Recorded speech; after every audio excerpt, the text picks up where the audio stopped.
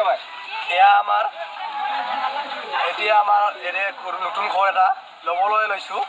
এতিয়া আৰম্ভ হ'ব আমাৰ সম্বোধনা কৰিব শ্ৰী কিলপাল ৰায়। আপুনি যদি নাথাকক আমাৰ এই সংবাদদাতাক মহাত্মা গান্ধীক আমাক আহক সম্বাদ কৰিব সম্বাদ কৰিব লাগিব।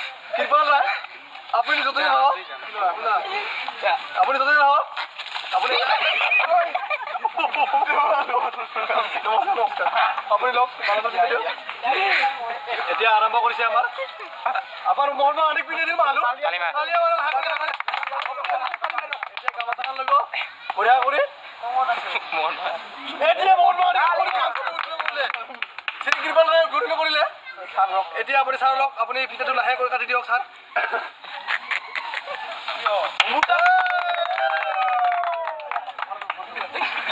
এতিয়া আমাৰ বক্তাই আমাৰ কওকচোন আমাৰ কিমান খৰচ এই ঘৰটো অনুষ্ঠিত কৰা হ'ল। এই ঘৰটো লোৱাতে বহুতো টকা খৰচ হৈছে।